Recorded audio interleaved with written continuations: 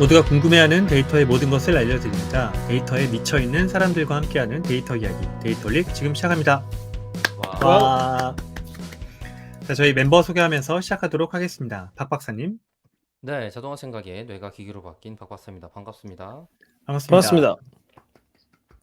김 팀장님, 네, 데이터 분석으로 밥 먹고 사는 김 팀장입니다. 반갑습니다. 반갑습니다.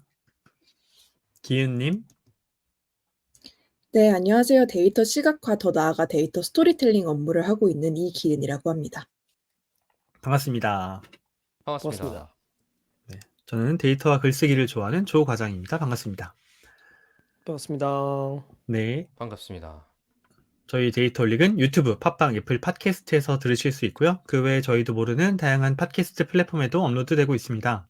페이스북 페이지, 인스타그램 계정, 트위터 계정도 운영하고 있습니다.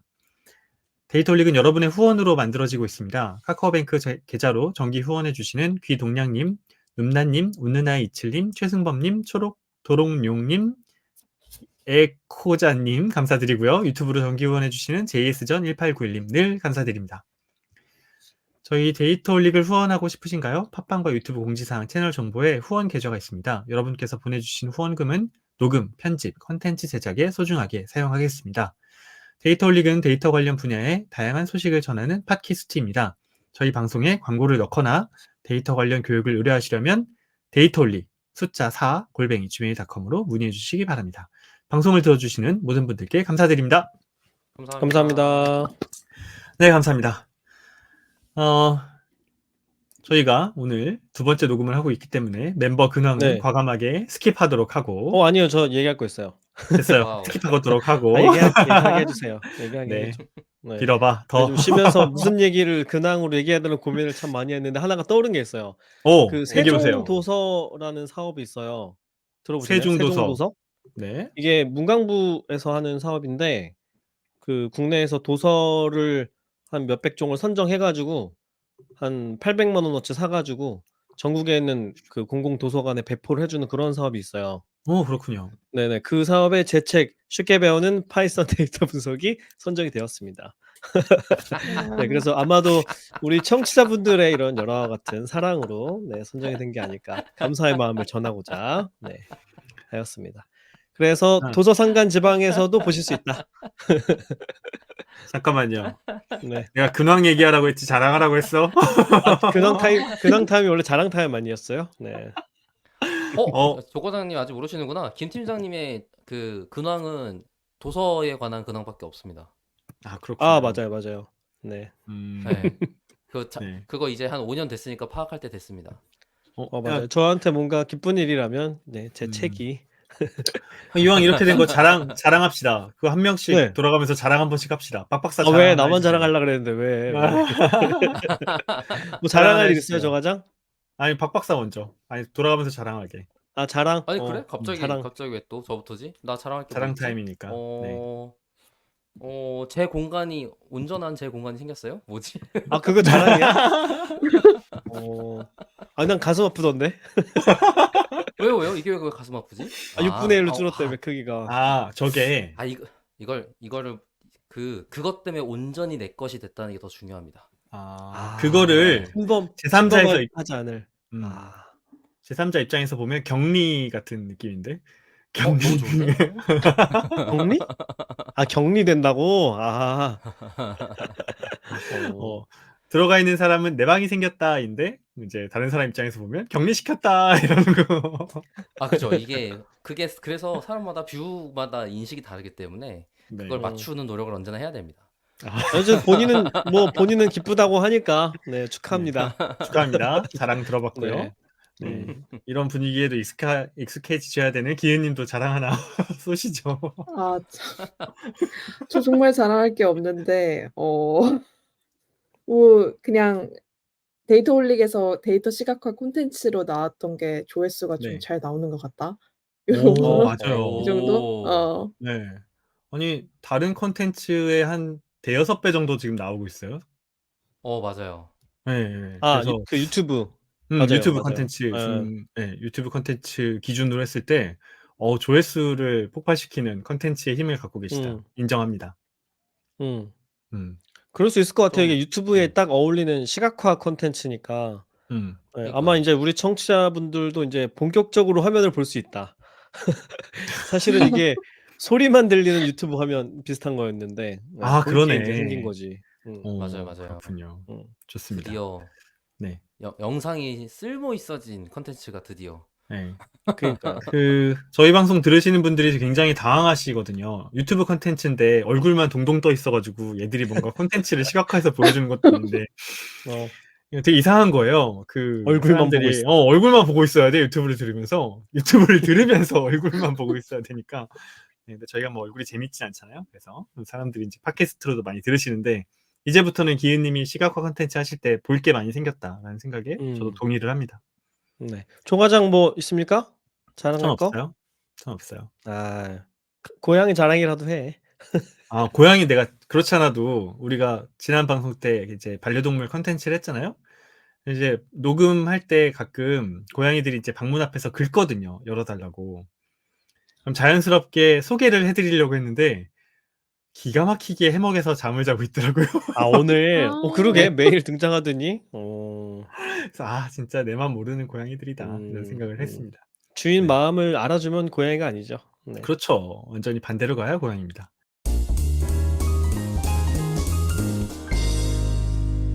오늘은 김 팀장이 준비를 해줬죠. 와우. 네. 제가 지난 에피소드 218화에서 제목이 데이터 분석까지 다 해먹는 챗GPT 코드 인터프리터였어요. 네. 이때 이제 코드 인터프리터라는 챗GPT 기능을 소개를 해드렸었던 적이 있습니다. 그때 이제 일단은 우리가 데이터 분석 작업할 때도 챗GPT를 쓰고 싶어 했는데 챗GPT만 가지고 분석하는 게 좀 위험했었어요. 왜냐면 여기서도 할루시네이션이 생겨서 그냥 데이터를 챗GPT 창에다 입력하고 분석하라고 하면 얘가 막 데이터를 만들어낸다거나 뭐 없는 얘기 지어내거나 이런 문제가 여전히 발생했기 때문에 좀 어려웠거든요. 그럼 이제 대안으로는 코드를 짜달라고 하면 엄청 잘 짜잖아요. 코드를 내가 직접 뭐 R이나 파이썬 코드를 짜달라고 해서 IDE로 붙여넣고 이렇게 쓸 수는 있지만 그게 되게 번거롭죠. 두 도구를 왔다 갔다 해야 되니까. 그래서 조금 번거로웠는데 그러고 나서 인제 생긴 코드 인터프리터라는 기능 때문에 쉽게 생각을 하자면 인제 챗GPT 창 안에 파이썬이 내장이 된 거죠. 그래서 내가 어떤 요청을 하면 얘가 코드를 직접 만들어서 실행까지 해서 결과물을 주니까 거기에는 인제 할루시네이션이 없는 거죠. 네. 그래서 이제 아마 이 코드 인터프리터 작업 때문에 할루시네이션 걱정 없이 데이터 분석에 챗GPT를 쓸 수 있을 거다라는 요지로 218화 방송에서 설명을 드렸었어요. 그래서 이제 '부석 카드 다 죽었다.' 이런 생각을 네 마무리로 드리면서 끝냈었는데 근데 그 이후로 살아있네요. 인제 죄송합니다. 예 그쵸. 살아있네. 살아있는 게 핵심이에요. 살아있는 이유를 오늘 얘기하는 겁니다. 네. 아하, 그렇군요. 네. 또 인제 네. 얼마 전에 업데이트되면서 아예 그 기능이 예전에는 따로 이렇게 플러그인 선택을 해서 했었는데 유료 구독자인 경우에는 그냥 기본 창에 분석 기능이 들어가 버렸거든요. 네 그래서 '아 훨씬 더 잘 쓸 수 있겠다.' 생각을 하고 그 이후로 인제 여러 번 써 봤는데 여기에 되게 치명적인 위험한 점들이 있다는 걸 발견했습니다. 네 어. 여기에도 얘가 직접 코드를 만들어서 실행까지 해 주는 기능임에도 불구하고 여기에서도 할루시네이션들이 생기더라고요. 음. 그래서 이런 위험성들을 제가 알리고자 네. 우리 청취자분들께 알리고자 네 오늘 방송을 아. 준비를 했습니다. 본격 "나 안 죽었다." 방송이네요. 아직 한동안은 살아 있을지도 몰라요 방송.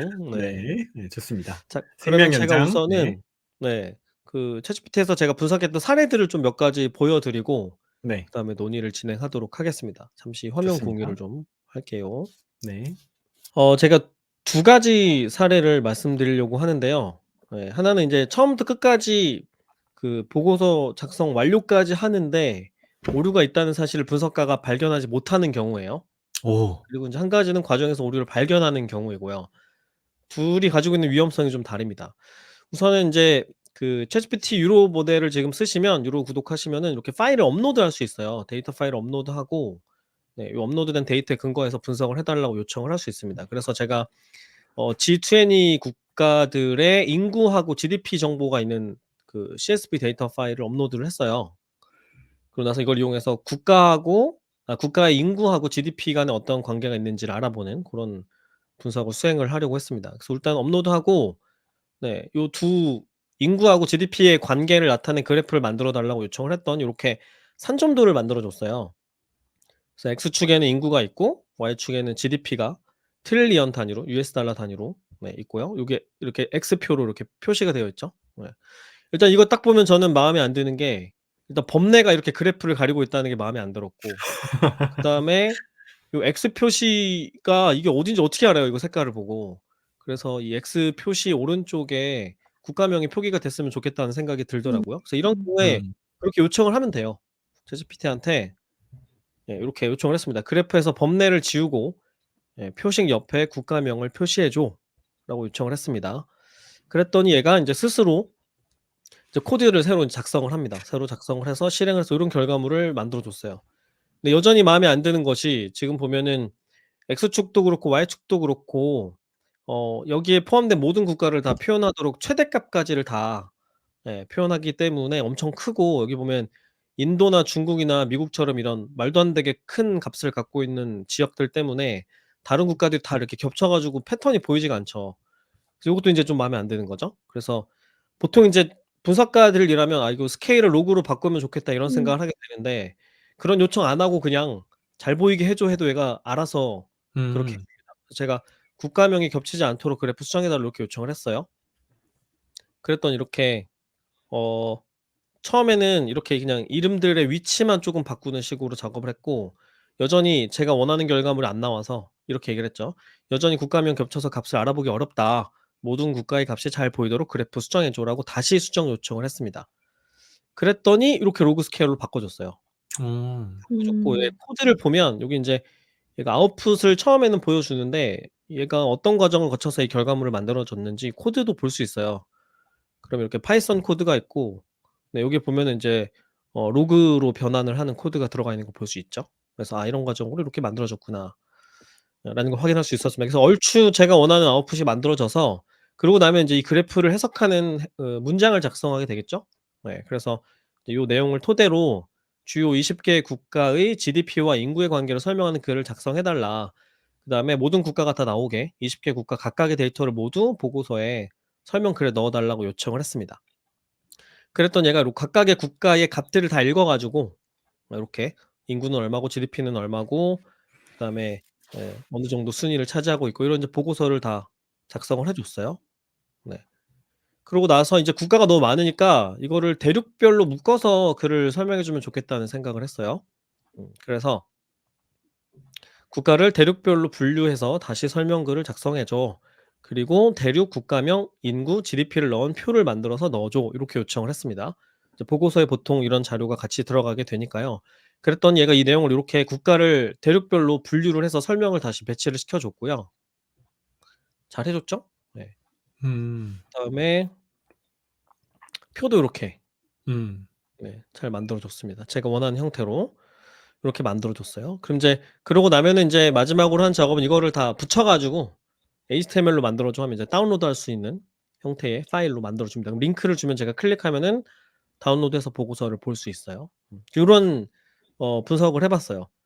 그러면은 일반적인 분석 절차를 잘 거친 것 같고 문제가 없는 것 같잖아요. 혹시 제 지금 설명 들으시면서 이상한 거 발견하신 거 있나요? 아 그런 마음으로 계속 쳐다봤는데 음. 못 찾았어. 못 찾았어요? 아시아에 왜 저도요. 한국이 없네. 한국이 한국이 없다. 중요한 포인트입니다.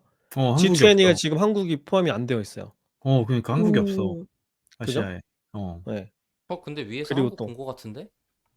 위에서 한국 본 것 같아요. 여기 여긴 있어. 있네요. 여긴 있잖아요. 있네. 여기 어. 네, 있네. 여긴 있네요. 그러니까 위에 음. 국가별 설명해 달라고 할 때 한국이 있었는데 대륙별로 묶어 달라 하고 났더니 한국이 사라졌어요. 그죠? 탈아시아인 아시아 국가에 중국, 인도, 일본만 있습니다. 탈아시아요? 그다음에 또 미안합니다. 탈아시아를 수용한다고 하더라도 없어요. 그러네. 탈지구입니다. 탈G20입니다. 네. 음. 자, 또 또 이 그래프에는 뭔가 이상한 점이 없나요? 여기도 내가 한국이 없네요. 여기 한국이 없어요, 그래프에. 네. 그러네. 아니 일단 음. 20 개가 안 되네 이게. 11개밖에 안 되는데? 어. 그쵸. 이 표식이 애초에 11 개밖에 안 돼요. 다 해 달라고 했는데도. 그쵸. 아닐 그러네. 겁니다. 그리고 여기 아마 뒤에 설명은 요 직접 말씀하세요. 문장은 전부 다가 또 아닐걸요? 아니야. 다 넣어달라고 했어. 여기에 처음에 제가 국가별로 다 얘기해 달라고 했을 때는 19개 국가가 있네요. 음. 근데 G20에 19개 국가가 들어가 있습니다. 아, 그렇군요. 예, 20개가 아니에요. 네. 그러니까 이건 그러니까 19개가 맞는 거예요. 더 위에 올라가서 더 표시되어 있는 위에? 거에도 네, 봐보면 맨 처음 볼까요? 맨 처음? 맨 처음 네, 맨 여기에? 처음에 여기도 여기에 지금 19개가 촌부분 있잖아요. 아니네. 그쵸. 이제 보니까 국가가 전부 표기가 안 되어 있죠, 그죠? 근데 네. 그러니까요. 네. 아니 그 요구를 안 했잖아요. 아니 근데 웃긴 이 데이터를 게 이용해서 네네. 이 데이터 이용하라고 하긴 했는데 제목이 네. 지금 이 차트의 제목이 네. G20 countries라고 돼 있잖아요. 이거 좀 웃기는 거지. 그렇죠. 네. 그러니까 제목은 지금 G20 컨트리라고 되어 있는데 국가는 11개밖에 안 찍혀 있고 그다음 해석은 또 거짓말은 20개를 아니지. 다 하고 있고 거짓말은 아니지. 거짓말은 아니다? 여기 지금 이 네. 그래프를 근거로 해석해 달라 그랬는데 20개 국가 설명을 하고 있는데 아니 그러니까 지금 더 제일 위에 맨 처음부터 천천히 봐보자고요. 네. 맨 처음에 다음은 G20의 데이터이다. 이 데이터를 이용해 국가의 인구와 GDP 관계를 나타낸 그래프를 만들어줘라고 했을 때 여기에 여긴 데이터를 모두 써라라거나 여기 표에 있는 모든 국가의 데이터를 활용해라라거나 같은 요구가 없었잖아요. 약간 지금 그건 암묵지잖아. 박 박사의 이야기는 그런 느낌이다. 신입사원이 네. 저한테 20개 다 하라고는 안 하셨잖아요. 이런 느낌이. 그러니까 이런 거지. 아니 챗 GPT한테는 그렇게 해야 돼요. 아니 이런 거지. 그렇긴 한데. 아니 팀장님 G20 국가를 설명하라고 하셨지 20개 국가를 설명하라고는 안 하셨잖아요. 이런 얘기인 거죠. 맞아요. 아니 그게 맞는 말이지. 그치. GPT한테 자, 그래. 여러분들은 저는 챗 GPT 덕분에 모든 사람들이 제발 명시적으로 얘기하는 습관이 됐으면 좋겠다고 생각하고 있기 때문에 저는 자, 우선 긍정적인 지금 결과물이라고 박 박사 생각합니다. 철학은 나중에 얘기해줘도 되고요. 이제 여기서 핵심은 이런 문제가 왜 생기냐는 거죠. 코드를 봐야 되겠다. 그럼 이거 코드를 보면은 네. 자동으로 데이터 필터링을 했나요? 맨 처음 그래프를 어디를 볼까요? 어디? 보면은? 어디 맨 처음 그래프. 차트 네, 나오는 여기 맨 처음 그래프를 네. 만드는 코드를 열어볼까요? 네. 네, 여기에는 그러니까 그냥 이거 파일을 불러와서 문제를 해오고 헤드하는 거고 왜 헤드지? 이거 차트를 그러니까 헤드만 나오는 가지고 코드는 그렸나? 없어요? 여기에 지금 그래프를 만드는 코드가 여기에 안 보이네? 그러니까. 헤드 끝나네요. 그러니까. 이것도 신기한 현상이다, 그죠? 그러네요. 이러면 안 될 것 같은데? 그 전에 그렇죠. 맨 이러면 안 될 처음에 것 같아요. 맨 처음에 코드 인터프리터에서는 보여주지 않았나요? 자, 우선은 이제 만약에 이렇게 하나하나 오류가 있었다는 걸 발견하지 않고 제가 보고서까지 만들었다고 하면 네. 여기에 해석도 다 있고 그래프도 있고 표도 있기 때문에 이상이 없다고 생각하고 넘어가기 일쑤겠죠. 그죠? 그렇죠. 그럴듯한 보고서를 만들어 주니까. 근데 지금 제가 일부러 이상한 게 있을 거라고 말씀드리고 찾아보세요 하니까 이렇게 찾아지는 거잖아요. 그렇죠. 그냥 이렇게만 보면 그럴듯하다는 거예요. 근데 사실 저는 일부러 이런 오류를 만들어내기 위해서 일부러 잘못된 데이터를 올렸어요.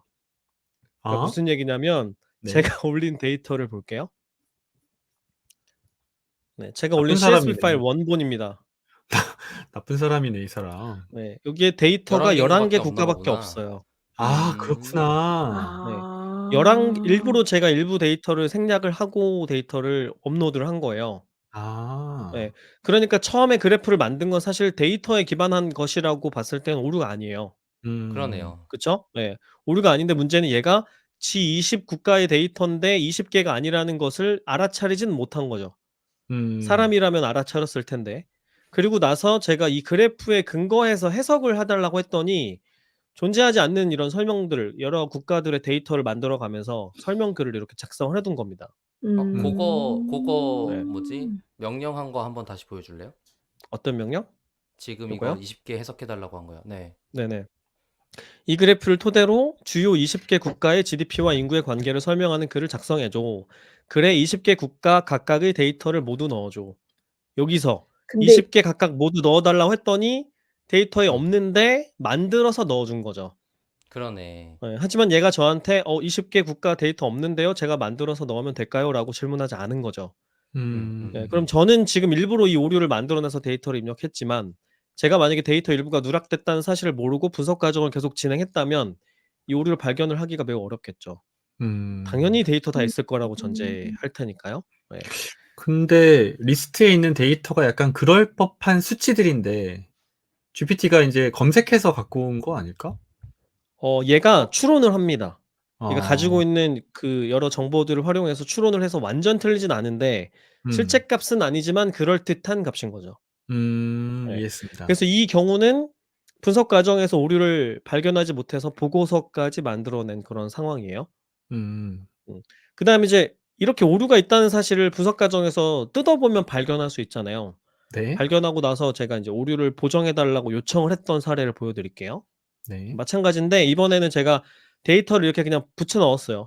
CSV 파일을 넣은 게 아니라 붙여 넣고 "다음은 G20 데이터다. 이 데이터 이용해서 인구와 GDP 관계를 나타낸 그래프를 만들어 줘." 이렇게 요청을 했습니다.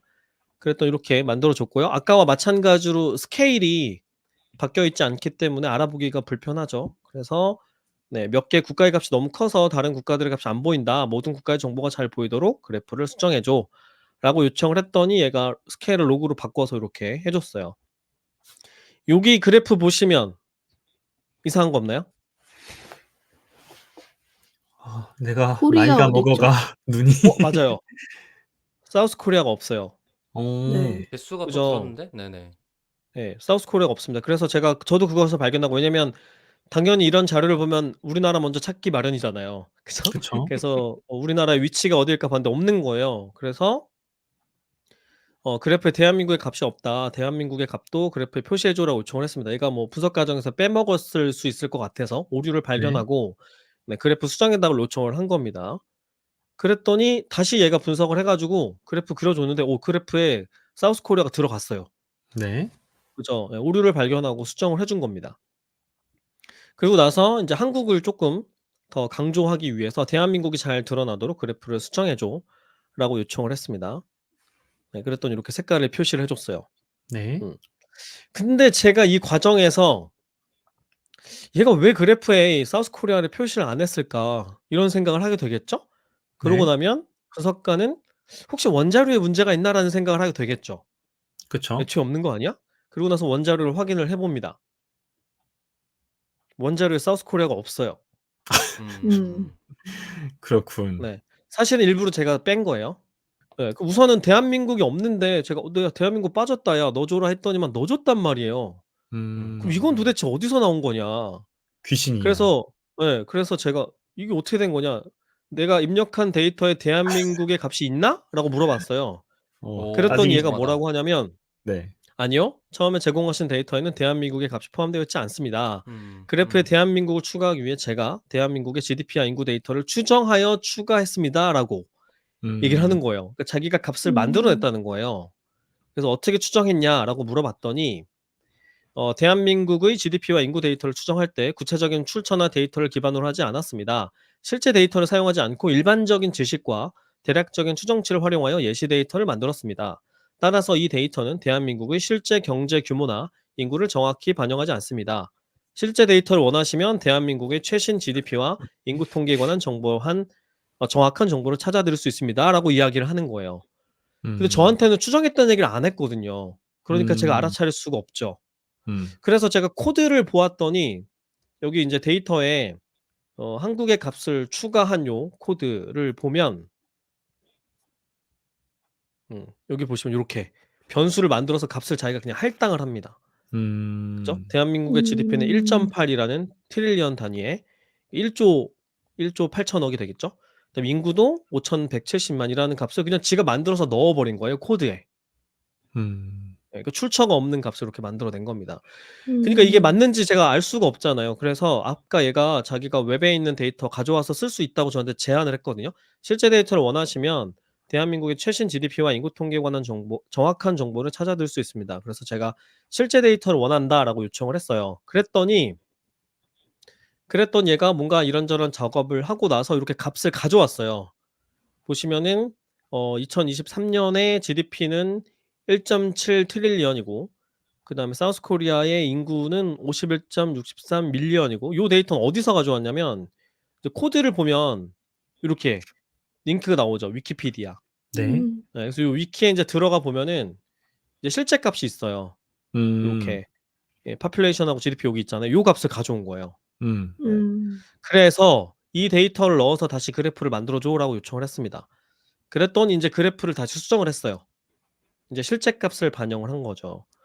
그래서 아니 이게 어느 정도 오차일까가 궁금한 거예요. 네, 그래서 요렇게 제가 요청을 해 봤어요. "너가 처음 추정한 대한민국의 값과 웹에서 수집한 대한민국의 값을 각각 알려줘."라고 요청을 했더니 요렇게 알려줬어요.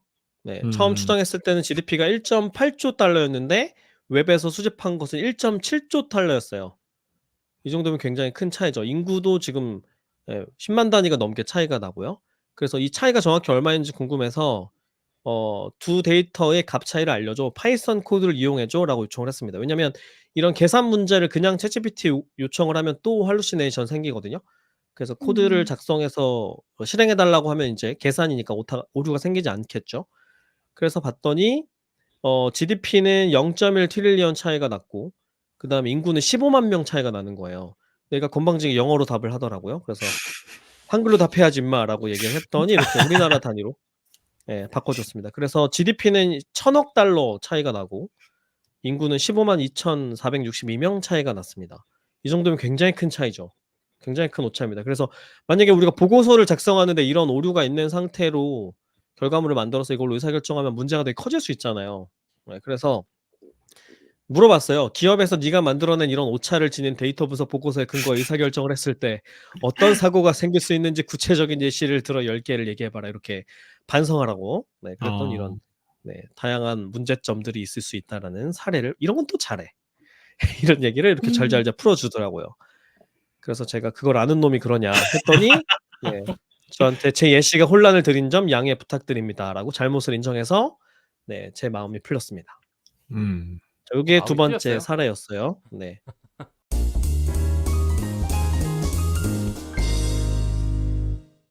그래서 인제 두 가지 사례를 제가 인제 시나리오를 일부러 만들어서 해본 거예요. 첫 번째는 분석 과정에서 오류를 아예 발견을 못하고 완성된 보고서까지 만든 겁니다. 그러니까 네. 이게 사실 최악의 상황이죠. 음. 만약에 이게 오류가 있다는 걸 모르고 보고까지 올라갔고 그거 근거로 의사결정까지 했다고 하면 이제 되게 큰 사고가 발생할 수 있는 고런 사례라고 할 수 있고요. 그다음에 두 번째는 오류를 발견하고 수정하라고 지시하기는 했죠. 근데 문제는 얘가 오류를 수정하긴 하는데 값을 만들어 버린다. 그죠? 그래서 만든 값을 근거로 추정한 값을 근거로 분석할 가능성이 있는 거죠. 그러니까 제가 그것마저 여기 음. 추정한 값에 오류가 있다는 것마저 발견하려고 애를 썼기 때문에 인제 발견할 수 있었던 거죠. 네. 그래서 그냥 처음에 제가 생각했을 때에는 이 데이터 분석 기능이 챗GPT의 기능이 직접 코드를 만들어서 실행하기 때문에 할루시네이션이 없을 거라고 생각을 했는데 그렇지 않다는 거죠. 이런 음. 문제들이 충분히 생길 위험이 있다는 겁니다. 그럼 이제 언제 이런 할루시네이션이 생길 수 있을까를 제가 고민을 좀 해 봤는데 우선 이제 지금과 같은 경우죠. 데이터에 오류가 있는지 모른 채로 분석하라고 요청을 하는 거예요. 왜냐면 챗GPT는 오류 가능성 염두 안 하고 분석해서 일단 결과물 만들어 주고 보거든요. 그런데 아마 아시겠지만 현업에 있는 데이터 대부분이 오류가 있죠. 그죠? 그러니까 오류를 음. 점검하지 않고 바로 분석을 요청하는 게 매우 위험한 결과를 초래할 수 있다는 것이고 그다음에 또 오류만 있는 게 아니라 값이 없는 경우도 많잖아요. 결측치가 있는 경우도 많은데 없는 데이터를 주고 분석하라고 요청하는 것도 매우 위험하겠죠. 왜냐면 일단은 챗GPT는 값이 빠져 있을 가능성도 염두 안 하고 일단 분석 결과물 만들어 주고 만약에 그거 해결하라고 하면 이렇게 그럴듯한 또 아주 틀리지는 않잖아요. 그럴듯한 값을 만들어서 결과물까지 보여주기 때문에 오류가 있다는 사실을 발견하기가 매우 어렵죠. 결측치가 있다는 사실을. 그래서 결측치를 추정한 값으로 인제 만들어내면은 그 값이 실제와 굉장히 다를 위험이 있는 겁니다. 요런 두 가지 경우가 제일 크게 생겨날 수 있을 것 같고 그 외에는 이거는 제가 좀 상상을 해본 건데 이럴 수 있을 것 같아요. 우리가 분석을 할 때 어떤 전제들이 있잖아요. 근데 잘못된 전제를 주고 분석을 하라고 요청을 할 수 있겠죠. 예를 들어서 뭐 텍스트 마이닝을 하는데 우리가 뭐 감정 분석을 한다 이럴 때 어떤 문서 중에는 그 감정 표현이 담겨 있지 않을 수도 있잖아요. 감정 표현이 전혀 담겨 있지 않은 어떤 문장을 주고 감정 분석하라고 하면 얘는 어떻게든 감정 점수 매겨서 분석하고 해석하는 보고서까지 만들어 주게 될 거거든요. 네. 이런 식으로 전제가 잘못된 요청을 했을 때 엉뚱한 곳으로 갈 수 있을 것 같고 그다음에 아마 인제 어 과도한 해석을 요구할 수도 있겠죠. 그러니까 데이터는 되게 조금밖에 없는데 아주 일부 데이터만 제가 업로드를 했는데 이걸로 뭔가를 예측해 달라고 요청을 한다든가 그럼 얘가 어떻게든 예측값을 만들어 낼 거고 그거에 근거해 가지고 해석까지 하겠지만 오차가 매우 크겠죠. 왜냐면 제가 애초에 얘한테 준 데이터가 매우 적으니까요. 그럼 얘는 계속 만들려고 할 거거든요. 그다음에 또 이럴 수도 있을 것 같습니다. 제가 뭔가 분석 요청을 할 때 모호한 요청을 할 수 있는 거죠. 예를 들면은 책 판매 데이터 같은 거를 업로드하고 이걸로 베스트셀러를 찾아줘 이런 식으로 요청을 한다면 베스트셀러를 어떻게 정의할 것인가에 따라서 결과물이 매우 다를 수 있잖아요. 그럼 얘가 인제 지 멋대로 정의를 하고 결과물을 만들어 주게 되겠죠. 그러면 뭐 우리가 처해 있는 맥락과 전혀 다른 방식의 결과물을 만들어낼 수 있을 거다. 그러니까 지금 이제 제가 얼핏 요 사례 만들면서도 '이런 오류들이 생기기가 되게 좋겠다.' 하는 생각이 들었습니다. 그러면 이런 hallucination을 줄이려면 어떻게 해야 되느냐 이것도 좀 고민을 해 봤는데 일단 제일 위험한 거는 분석할 때 챗GPT로 분석할 때 데이터하고 분석 목표만 주는 거예요. 이게 제일 위험합니다. 음. 그러니까 이런 거죠. 예를 들면 제가 한 것처럼 데이터 준 다음에 데이터를 분석해서 인구와 GDP의 관계를 설명한 보고서를 만들어 줘. 이렇게 하면 그래서 지금은 제가 단계별로 어느 정도 잘라서 했기 때문에 오류를 중간 과정에서 발견했지만 최종 보고서까지 딱 만들어 주고 나면 그냥 이걸 신뢰하게 될 위험이 있잖아요. 이게 제일 위험한 거죠. 그래서 단계별로 분석하고 각 단계에서 오류를 분석가가 직접 확인을 해야 됩니다. 그러니까 인제 음. 분석을 기획하는 것부터 어떤 목표를 가지고 있고 무슨 방법으로 분석을 해라. 그럼 얘가 엉뚱한 짓 안 하겠죠. 그다음에 일반적인 분석 절차를 생각을 해 보면 제일 먼저 하는 게 인제 데이터를 탐색하는 거잖아요. 뭐 빈도 분석도 해 보고 요약 통계량도 구하고 이러면서 인제 여기에 어떤 문제가 있는지 발견을 하고 그러고 나면 인제 오류를 수정하는 작업을 하죠. 결측치나 이상치를 제거하는. 그러고 나면 이제 뭐 요약표도 만들고 그래프도 만들고 이런 분석을 하는 거고 그러고 나면은 이걸로 뭐 추론 통계 분석을 하든지 뭐 모델링을 하든지 이렇게 되는 거고 그러고 나면 마지막에 이 결과를 토대로 해석을 하게 되는 거잖아요. 이게 지금 일반적인 데이터 분석의 프로세스를 설명드린 건데 이거를 각각 요청을 하고 각 단계에서 인제 코드를 보고 얘가 작성한 코드를 우리가 확인할 수 있으니까요. 코드를 보고 어디에서 오류를 범하지 않았는지 확인을 해야 되는 거죠. 그러니까 아까 같은 경우에 제가 코드 열었을 때 그 대한민국의 값을 그냥 상수로 넣어 버리는 것을 확인할 수 있었잖아요. 이런 오류들을 코드에서 범하지 않는지 확인을 해야 되는 거죠. 이런 식으로 하면 hallucination을 좀 줄일 수 있다. 근데 문제는 이렇게 하기가 매우 어렵겠죠? 제가 지금 말씀드린 대로 이 도구를 쓰기가. 왜냐면 그냥 결과만 보면 되게 그럴듯하거든요. 그러니까 여기에 오류가 있을 거라는 생각을 잘 하기가 어렵고 코드를 하나씩 열어 보면서 오류를 검토한다는 게 쉽지가 않죠. 그다음에 써 보시면 아시게 될 텐데 그런 검수 작업을 귀찮아서 잘 안 하게 돼요. 쓰다 보면 얘를 점점 믿고 의지하게 되거든요. '어련히 얘가 잘 결과물 만들어 줬겠지.'라고 생각을 하기 때문에 이렇게 일일이 검수하는 작업을 인제 생략하기 마련인 것이죠. 네. 그래서 인제 또 이렇게 할 수 있으려면은 제가 앞에 말씀드린 이런 절차에 따라서 분석을 한다는 걸 내가 알고 있어야 되잖아요. 알고 있어야 일일이 그렇게 잘라서 요청할 수 있고 개별 단계의 오류를 발견할 수도 있는 거죠. 네. 그다음에 이걸 알아도 하기가 어려운 게 그 이게 챗GPT가 유료 구독 모델을 쓴다고 하더라도 횟수 제한이 있잖아요. 그죠? 그래서 이게 3 시간에 40 회까지밖에 못 쓰거든요, GPT-4를. 그래서 이런 오류를 점검하면 캡을 금방 넘겨 버려요. 이렇게 스텝 바이 스텝으로 하면. 그러니까 한 큐에 보고서 만들어 줘 이거는 되는데 이렇게 잘라서 하면 중간에 분석이 멈춥니다. 그럼 이제 그러고 나서 인제 그 캡 회복하고 나서 다시 돌아오면 앞에 제가 업로드한 데이터를 유실해요. 그러면 이제 다시 처음부터 분석을 해야 되고 그럼 또 음. 마찬가지 도돌이표가 되는 거죠. 그래서 현실적으로는 어렵습니다. 그럼 대안으로 생각할 수 있는 건 프롬프트를 제가 좀 잘 짜면 그죠? 음. 요청을 할 때 좀 더 자세하게 요청을 하고 이런 식으로 해결할 수 있지 않을까? 또 이럴 수도 있을 것 같아요. 얘가 작성한 그 설명 글하고 코드를 다 복사해서 새로운 채팅창에다가 업로드를 한 다음에 검수하라고 시키는 거죠. 예를 들면 음. 그러니까 얘한테 검수 작화를 시키는 거예요. 이런 식으로 "너는 데이터 분석 과정을 감수하는 사람이다. 10년 차 데이터 분석가고 그다음에 데이터 분석 대회 심사자 경력이 많은 사람이다. 그래서 분석 과정에 오류가 있는지 점검해서 알려줘. 그다음에 특히 다음 요소를 평가해서 알려줘야 된다. 일반적인 데이터 분석 절차에 맞게 수행했는가? 누락한 작업이 없는가? 또 존재하지 않는 데이터를 생성하는 작업을 하지 않았나? 또 분석 결과를 해석하면서 과도하게 일반화하거나 무리하게 결론을 내리진 않았냐. 이런 것들을 평가해 가지고 나한테 알려줘라."라고 요청을 할 수 있겠죠. 이렇게 인제 검수를 한번 하고 나면은 오류를 발견할 수도 있고 그다음에 그 과정에서 인제 해결을 할 수도 있겠죠.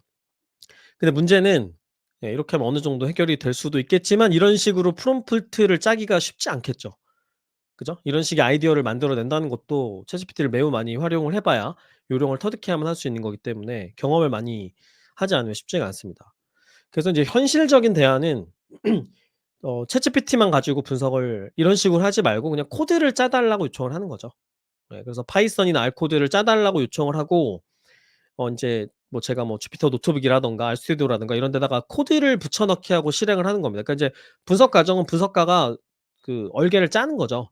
그리고 각각에 맞는 코드를 요청해서 직접 실행을 하면서 오류를 해결을 하면 일반적인 분석 작업을 하되 거기에서 코드를 작성하는 노력을 매우 줄일 수 있잖아요. 그죠? 이러면 인제 원천적으로 할루시네이션이 줄어들 수 있겠죠. 이게 가장 현실적으로 지금 단계에서는 효율적이고 안전한 방법이라고 생각을 합니다. 그런데 그러려면은 파이썬 R을 쓸 줄 알아야 되는 거고 그다음에 IDE도 쓸 줄 알아야 되는 거고 분석 방법과 절차도 알아야 되는 거죠. 네. 그럼 이런 것들은 어떻게 익혀야 하느냐. 그때는 인제 쉽게 배우는 파이썬 데이터 분석을 보면 일반적인 방법론을 익힐 테니까 그러고 나면은 할 수 있게 되겠죠. 그래서 지금 당장은 제가 지난 방송에서는 "아 이거 코드 인터프리터 나와서 이제 다 끝났다. 뭐 코드 볼 필요도 없는 수준으로 넘어갔다." 이렇게 말씀을 드렸고 그때는 저도 그렇다고 생각을 했거든요. 왜냐면 기능이 나온 지 얼마 안 된 상태에서 테스트를 해 보고 설명을 드린 거라서. 근데 제가 실전에 써 봤던 이런 위험들이 매우 많이 있었습니다.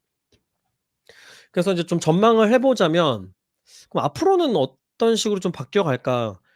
일단 제 생각에는 이게 그 데이터 분석에 특화된 별도의 기능이 나올 수도 있을 거는 같아요. 왜 얼마 전에 그 GPTs도 발표가 됐잖아요. 그러니까 나만의 음. 특화된 챗봇 같은 거 만들 수 있잖아요. 이제 거기에다가 그 시스템 프롬프트를 인제 밑에다가 세팅을 해 놓는 그런 개념이거든요. 그래서 앞에 제가 말씀드렸던 그런 프롬프트들 있잖아요. 분석 과정에서 오류를 범하지 않도록 좀 깐깐하게 분석하도록 요청하는 그런 프롬프트가 미리 들어가 있는 고런 이제 챗봇을 만든다면 그러면 이런 할루시네이션이 좀 줄어들 수는 있겠죠?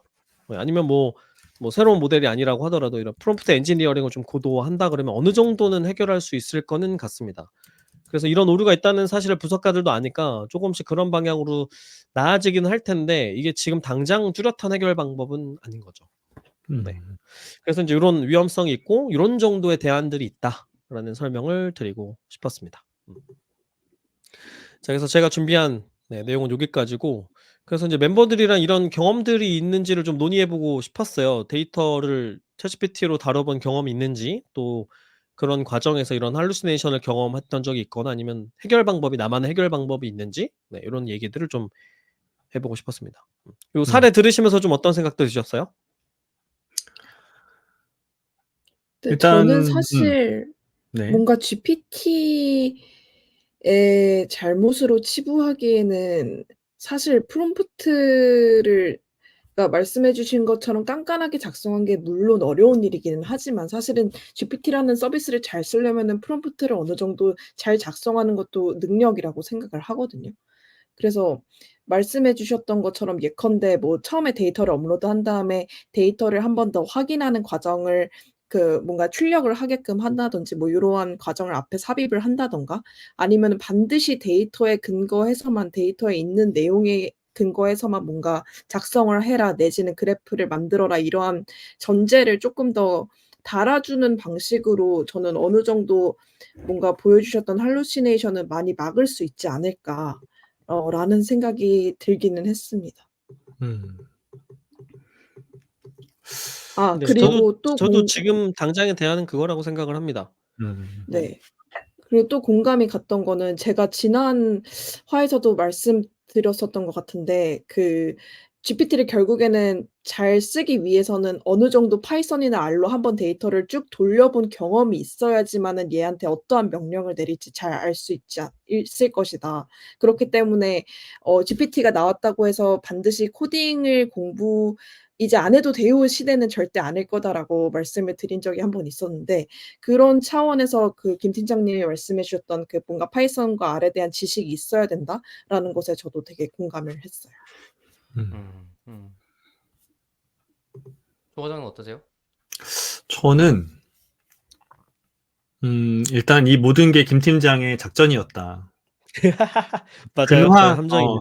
근황을 얘기하라고 했더니 갑자기 요즘에 뜸하던 책 자랑을 하고 GPT를 함정에 빠뜨리더니 결국은 자기 책을 읽어야 된다라는 이 일련의 이 방송 아, 콘텐츠의 기승전 구성이 책팔이었구나. 아, 이게 나는 안 넘어간다.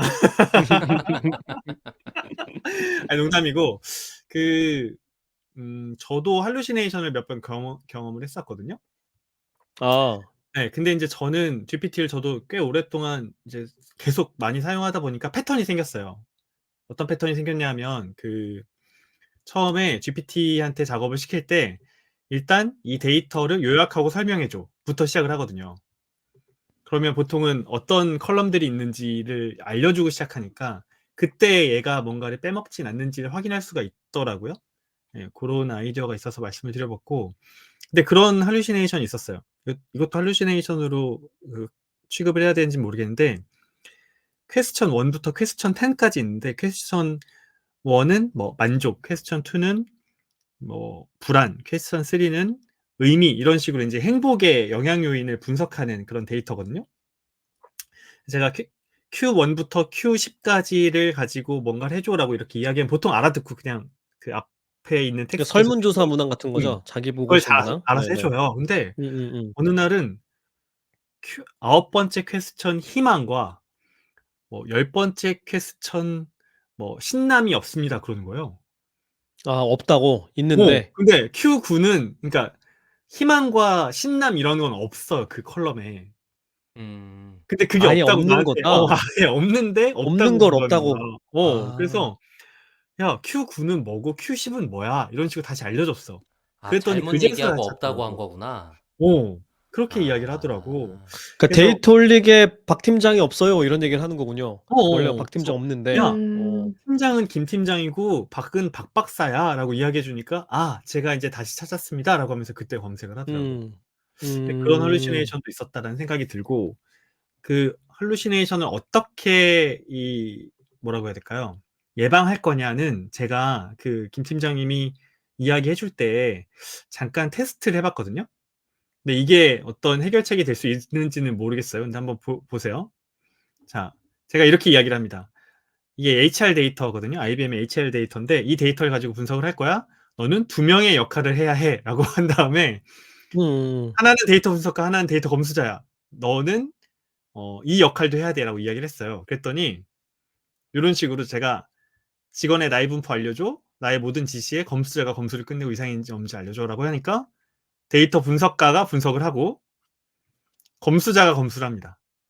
음. 이렇게. 요런 것도 쓸 수 있지 않을까라는 생각을 하게 맞아요, 됐어요. 맞아요. 좋은 음. 방법이에요. 네네네. 그렇습니다. 그 에이전트 방식이라고 하는데 역할을 네. 여러 개를 줘 가지고 음. 그죠? 네, 서로 경쟁하게 만드는 뭐 그런 음. 전략을 취하면 발견해 줄 수 있죠, 오류를.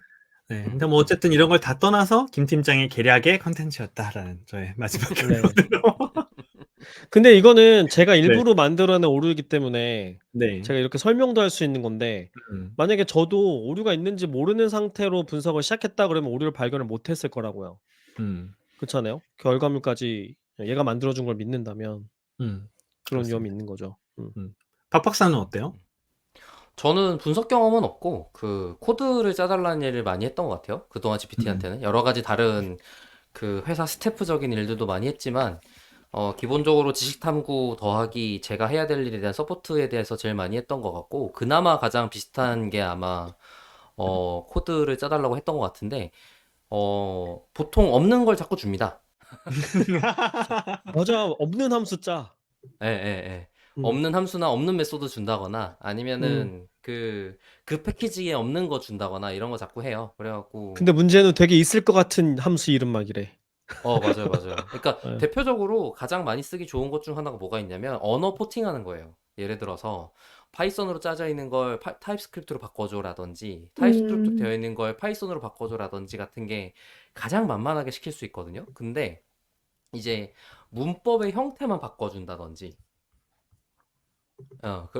그래서 실제로 파이썬에서 아. 동작하면 동작하지 않아요. 그러니까 둘 다 그 클래스 언어니까 타입스크립트 코드에도 메소드가 있는데 그 메소드는 파이썬에는 없어. 그러면은 바꿔서 짜줘야 되는데 그렇게는 하진 않고 파이썬의 문법의 형태로만 변환해 주는 거죠. 뭐 그런 일들이 좀 있더라고요. 그러니까 아. 이게 네. 진짜 외국어 번역하는 것처럼 하는 그냥 거네. 직역했는데 그게 음. 제대로 안 동작하는 직역을 한 거죠. 실제로 그런 단어는 그 나라에 없는데. 그죠, 그죠, 그죠, 그런 그죠. 표현은 예. 없는데. 아니면 통하지 않거나 그 음. 나라에 통하지 않는 표현 같은 걸 그냥 그럴듯하게 만들어준 거지. 그래갖고 음. 그런 일들을 초반에 겪어서 이렇게 쓰면 안 되는구나라는 생각을 좀 많이 했던 것 같아요. 김 팀장 혹시 어떻게 막을 수 있나요? 또 질문 다시 하실 건가요? 아니요? 제가 지금 더 네. 얘기해요? 좋아요. 그러면 네네. 저는 그래서 어떻게 하냐면 지금 버전 업데이트 하고 나서 아주 좋은 방법이 저한테 생겼어요. 뭐냐면 어. 아예 참고하는 링크를 그냥 줍니다. 처음부터. 링크 네. 리드하고 제가 검토해야 되는, 그러니까 기술이 그냥 설명되어 있거나 아예 코드가 기술 작성되어 문서를 있는 걸, 준다. 네. 그러니까 내가 그걸 보고 작성해야 되는 봐야 되는 링크를 줘요, 그냥. 음. 그러면 실수하게 나오진 않더라고요. 그러니까 음. 그리고 그러니까 얘가 박 박사 얘기는 예를 들어 어떤 네네. 새로운 뭐 언어나 패키지가 있을 때 그 네네네. 사용법과 관련된 문서를 얘한테 소스로 주고 네네. 그걸 참고해서 코드를 짜라고 하면 오류가 줄어든다는 얘긴 거죠.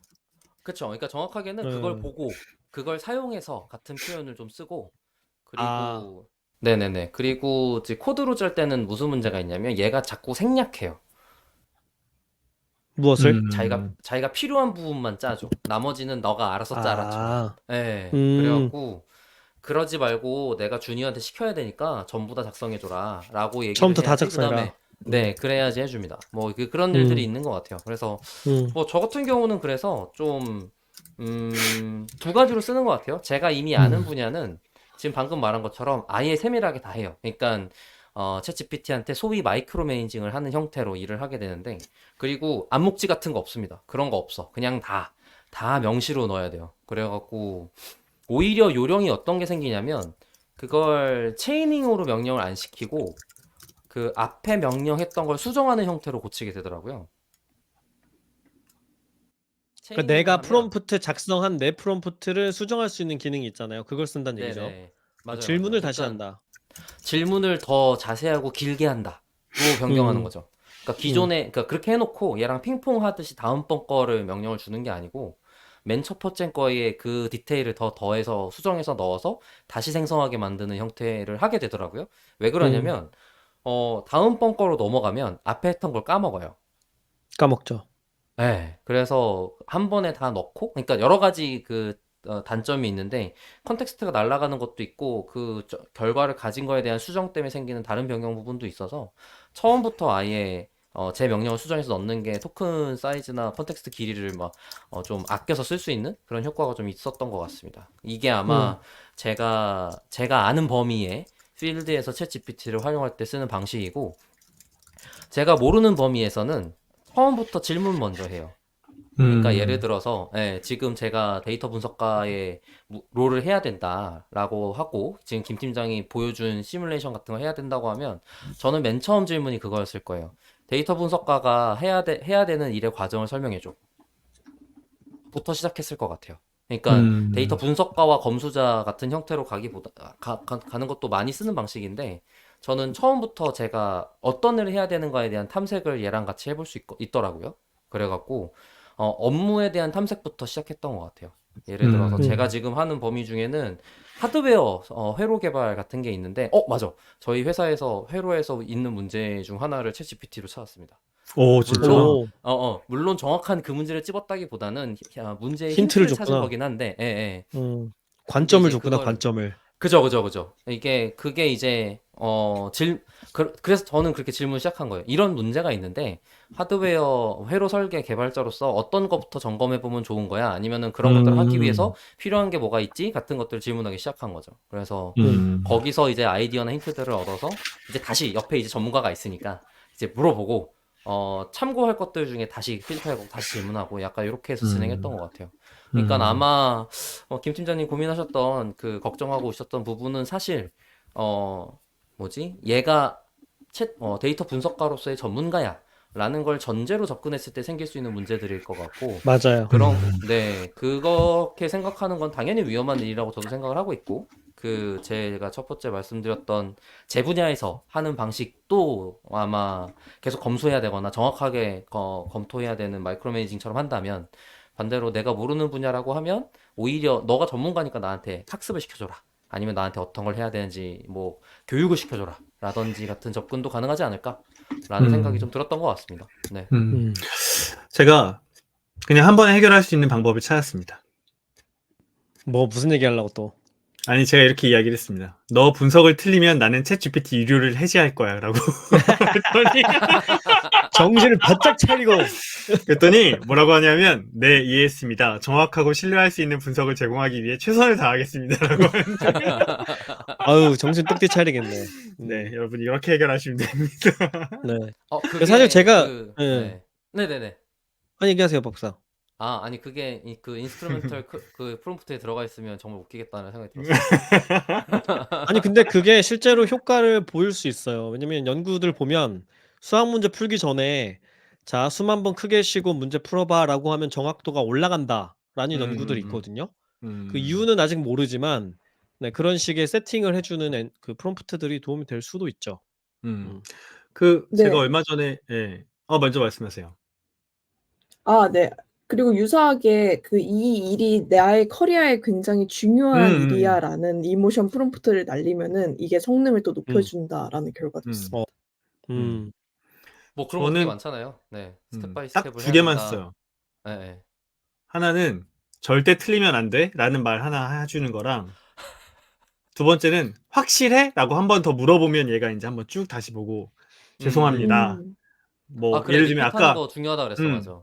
한국을 빠뜨렸던 그 부분에서 만약에 김 팀장이 확실해? 라고 물어봤으면 죄송합니다. 대한민국에 데이터는 없는데 제가 임의로 데이터를 넣었습니다. 라고 대답했을 수도 있겠다는 생각이 들더라고요. 그러게요. 근데 그것도 뭐 토큰을 계속 잡아먹게 되니까 사실 좀 귀찮은 일이죠. 그럼 제가 이 사례를 준비하려고 생각을 했던 이유는 그 이제 웹에서 찾아보시면 이 분석 기능을 사용한 사례들이 굉장히 많이 공유가 되어 있거든요. 네. 유튜브에도 그렇고. 근데 우리가 얘기한 이런 식으로 조심히 써야 된다라는 관점이 들어가 있지 않고 그러니까 얘를 진짜로 데이터 분석한 사람 대하듯이 제가 아까 제가 위험하다고 말씀드린 게 데이터 주고 분석 보고서 만들어 줘. 이런 형태의 사례들이 공유가 엄청 많이 돼요. 그리고 검수를 안 하는 거죠. 예. 그래서 그리고 지금 말씀하신 뭐 이런 프롬프트 엔지니어링이나 뭐 이런 뭐 한 번 더 생각하게 만든다거나 그다음에 에이전트 방식을 쓴다거나 뭘 해도 여전히 할루시네이션이 생기고 문제는 생겼다는 사실을 발견하기가 매우 어렵다는 거예요. 예. 그러니까 인제 줄일 수는 있는데 분명히 줄어드는 방법들이 팁으로서 존재하긴 하지만 그게 그렇다고 그 결과물을 코드를 보지 않은 수준에서 이렇게 신뢰할 수가 없다는 거죠. 그러니까 왜냐면 기본적으로 GPT 모델은 얘가 생성 모델이잖아요. 얘는 창작가잖아요, 창작가. 뭐든 창작하는 걸 베이스로 하는 애기 때문에 코드의 어떤 값을 창작하거나 이런 일도 분명히 생기는 거거든요. 네. 근데 그걸 우리가 코드를 이렇게 만들고 나서 코드 보는 사람이 잘 없는 거죠. 저는 일부러 하나하나 다 열어보고 오류가 있다는 걸 발견하는 작업을 일부러 했으나 일반 사용자들은 그렇게 쓰지 않는다는 거죠. 그래서 사람들이 이제 데이터 분석을 챗GPT로만 하면 된다라는 인식이 조금씩 생기는 것이 지금 단계에서는 위험한 거고 위험하다는 걸 이제 알고 써야 된다는 거죠. 그런 얘기를 좀 나눠보고 싶었습니다. 네. 제가 좋습니다. 마무리 멘트를 한 것 같은데 그 세 분 소감을 듣고 마무리해도 되겠죠? 네. 좋습니다. 네. 저 먼저 하면 김 팀장 안 죽었다. 앞으로도 죽지 안 않는다. 죽어. 예. 당분간은. 네. 네. 끝. 마음의 위안이 참 되네요. 네. 네. 박 박사님? 네, 또. 네. 네, 제가 할게요. 이제 사람이 글도 만들고 말도 하고 사고라는 게 생기고 정보도 교류하고 책도 만들고 라는 등등의 일련의 역사가 흐른 뒤에 과학이라는 게 생기고 과학적 방법이라는 게 생기고 비판적 사고라는 게 생기고 이랬었단 말이에요. 근데 인류 역사를 다 통틀어도 비판적 사고와 수학의 발전은 그렇게 긴 역사일 것 같지 않거든요. 그거랑 비슷하게 아직 챗GPT도 이제 막 태어난 애한테 수학적 사고와 수학적 논리적 엄밀성을 요구하는 건 아직은 좀 가혹한 거 아닌가 라는 생각이 좀 같이 드는 것 같아요. 아직 그러니까 그렇지 않음에도 쓸모 있음이라고 지금 사람들이 쓰고 있는 게 오히려 현실적일 것 같고 그거를 알고 써야 된다라는 건 너무 당연히 맞는 것 같고요. 그래서 지금 오히려 아시는지 모르겠는데 그 깃허브에 코파일럿이 코드를 같이 짜주는 애가 채팅창에 떠갖고 나온 애가 있는데 걔는 그 GPT 3.5의 모델이에요. 그래서 그 컨텍스트를 충분히 들고 있는 상태에서 도구적 인테그레이션이 도구적 통합이 잘 되어 있는 상태에서의 편의 기능을 제공하는 건 GPT-4보다 그 깃허브의 코파일럿이 훨씬 효과적이거든요. 이미 내가 입력을 한다라는 행위가 없다는 것만으로도. 그래서 그런 것들이 조금 더 편리적으로 작용할 수 있거나 컨텍스트를 이미 알고 있다 같은 다른 필드에서의 접근들이 아마 그런 데 있어서 많은 혜택을 주지 않을까 같은 기대가 같이 되고 지금 이 챗GPT는 약간 사실 너무 글로벌 날리지가 기본으로 되어 있는 컨텍스트 전혀 없는 애한테 사람이 그 도구를 쓰려고 하다 보니 생기는 여러 가지 미스매치들이 지금 사람들한테 헷갈리는 결과물들을 주는 것이 아닌가라는 생각을 좀 하게 되는 것 같습니다. 그래서 네. 아직도 갈 길 멀고 그 연구들 중에도 비슷한 게 좀 있더라고요. 수학 사고는 아직 좀 더 멀지 않았나라고 생각하고 있는데 그것도 아무리 길게 잡아도 3, 5년이지 않을까요? 그래서 그런 것들을 시간 문제긴 네, 하겠죠, 다. 맞아요. 그래서 아니 그 최근에 또 그 뭐지 챗GPT가 음성 커뮤니케이션을 무료 버전 사용자에게 오픈했는데 그래서 지금 아이한테 도구를 쓰는 법을 알려주려고 생각을 하고 있어요. 음, 네, 이거는 지금 빨리 겪어봐야 된다라는 생각이 좀 많이 드는 음. 도구이기도 하고, 음. 많이 써봄으로써 오히려 해야 되는 방식, 무엇을 해야 하는가에 대해서 조금 더 생각하게 되는 계기가 되지 않을까라는 생각이 들어서, 한번 제공해 주려고 합니다. 뭐, 제공해주고 만약에 재밌게 쓰는 사례들이 나오면 공유할게요. 네, 좋습니다. 기은님 마지막 소감 들어볼까요? 네. 저는 사실 생성형 AI는 정말 필연적으로 할루시네이션이 발생을 하고 그리고 그렇기 때문에 그 아이가 굉장히 창의적인 거라고 생각을 하거든요.